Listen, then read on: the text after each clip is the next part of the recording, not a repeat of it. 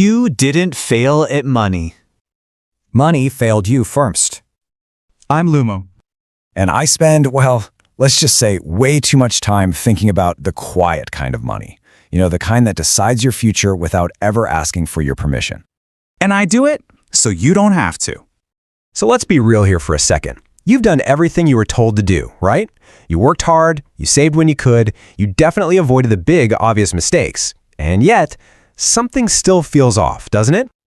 I mean, you're older now. You're busier than ever. You're carrying way more responsibility. But financially, does it feel proportional? Does the reward actually match the effort? For a lot of us, it doesn't.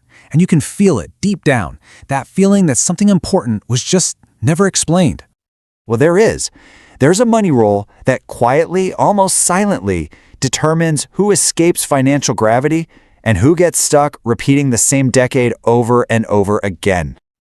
And here's the thing. Most people never hear about this rule, not because it's complex, but because it's uncomfortable. And by the time it becomes obvious, it's usually just too late. See, the biggest lie we're told about money isn't about risk. It's about life timing. Because money on its own doesn't really reward how smart you are or even how disciplined you are.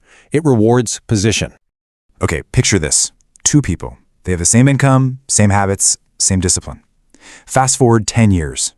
One of them is calm, financially secure. The other is anxious, constantly stressed.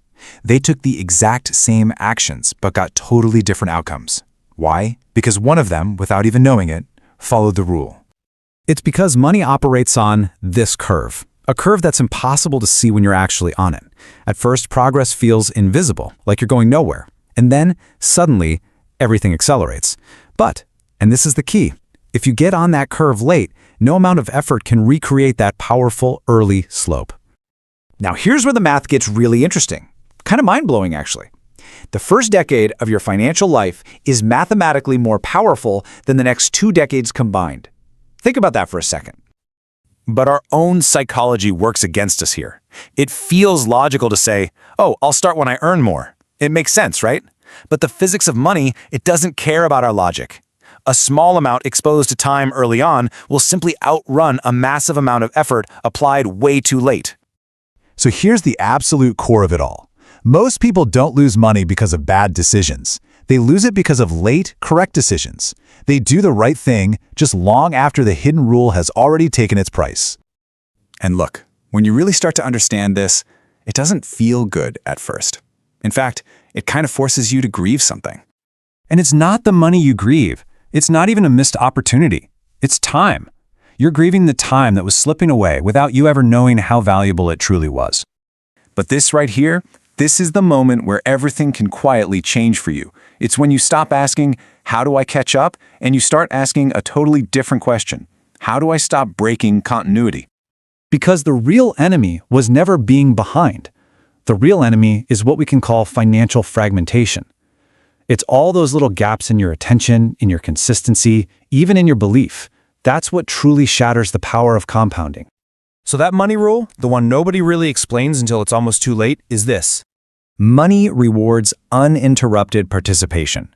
That's it. Not effort, not intelligence. Participation beats optimization. Exposure beats timing. And simply staying in the game will always be trying harder.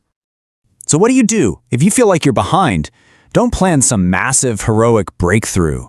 Forget about intensity. Just start with one thing.